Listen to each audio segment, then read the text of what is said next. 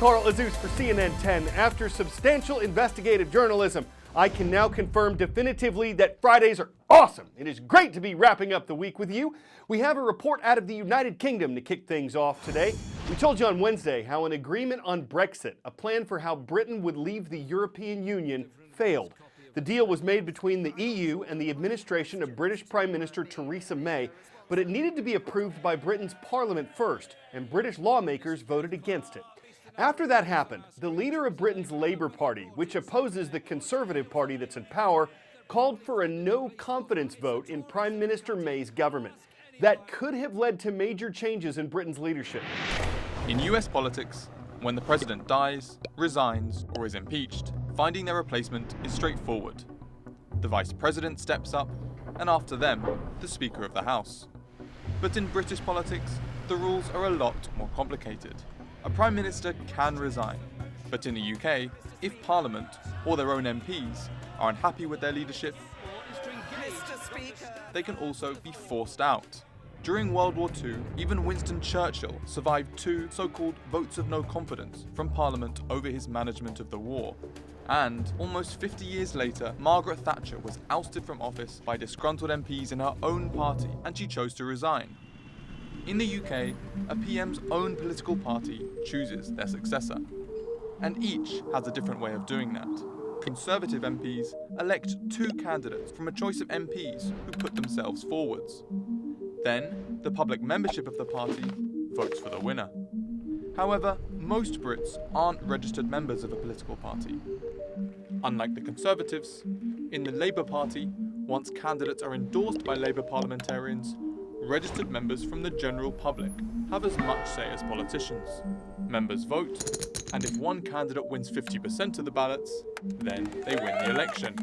If no one does, then the least popular candidate is eliminated, and voters' second preferences are considered, until one candidate holds 50% of the votes. This allows unexpected choices for party leader, like Jeremy Corbyn, a far-left candidate. He was elected to head Labour in 2015 after a groundswell of popular support. Parliamentary rules mean that if this new leader can form a new government within 2 weeks, he or she can hold on to the PM seat. This is how Theresa May came to power after David Cameron resigned in 2016. But before they officially become PM, the royal family has to have a say. This is the United Kingdom, after all. The Prime Minister serves at the pleasure of the monarch. So before the PM can move into number 10 Downing Street, the official residence, they pop by Buckingham Palace to request the Queen's blessing to form an official government. And with that, the UK has a new PM. But the vote held in the British government on Wednesday confirmed that May still has the confidence of lawmakers. In December, she won a confidence vote within her own Conservative Party. This week, the bigger House of Commons, which includes hundreds more lawmakers from several more parties, voted in favor of Prime Minister May's government staying in power. The count was 325 to 306. The nation's leader still has the immense challenge of figuring out Brexit, but she also gets to keep her job as the person to do it and to lead Britain. 10-second trivia. Patriot, Stinger, and Tomahawk are all names of what? Military missions, missiles, modeling agencies, or monster trucks? All of these are the names of missiles used by the U.S. military.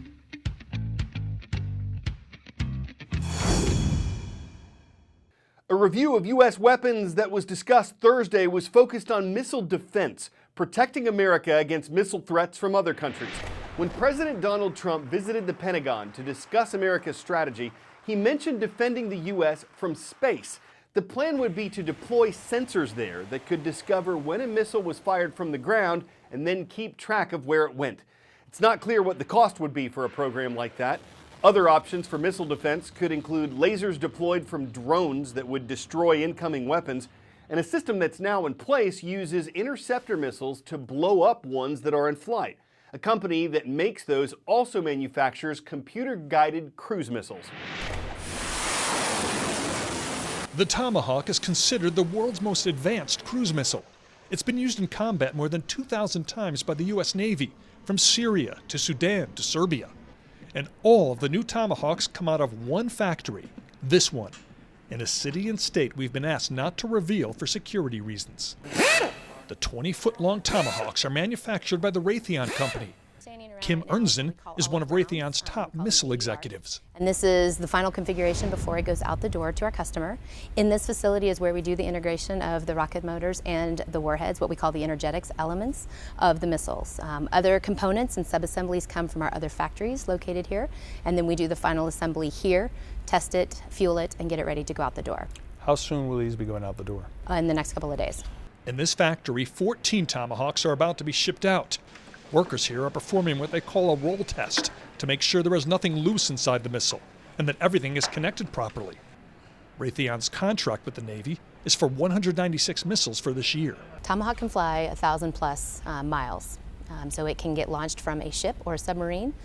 It can go up and loiter, as we call it, where it can fly around in a figure 8. So in other pattern. words, once it's sent off, if you want to change where it's going, Absolutely. it loiters, it just goes in a circle and you It figure does. out. It can be redirected and rerouted to a specific target. The Tomahawk has been around since the 1980s, but this is the newest version of the missile, manufactured since 2004. It can be used for up to 30 years, and Tomahawks that haven't been used come back after 15 years for recertification and upgrades. So this is the rocket motor that launches it out of the vertical launch system. So it is what propels it out.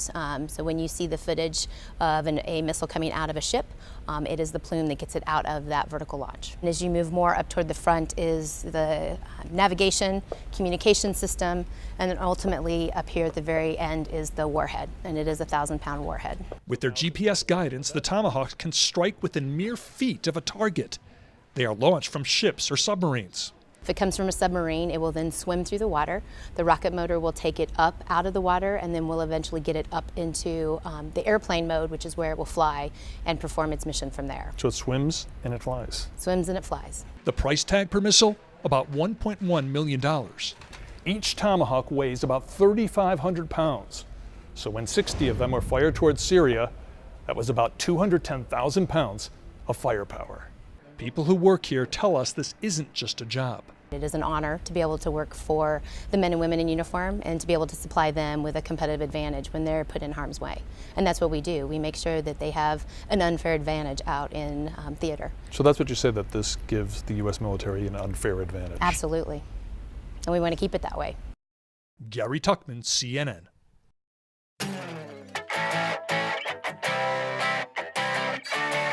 Lesser-known creations made with three-dimensional printers, musical flutes, shoes, a bridge. And unlike the 3D printed coat hooks or phone cases you've seen, this thing is made of concrete and it spans more than 86 feet over a pond in Shanghai, China. Dozens of hollow concrete sections were printed and then joined together to make it. The bridge is also said to be more than 30% cheaper to build than a traditional one.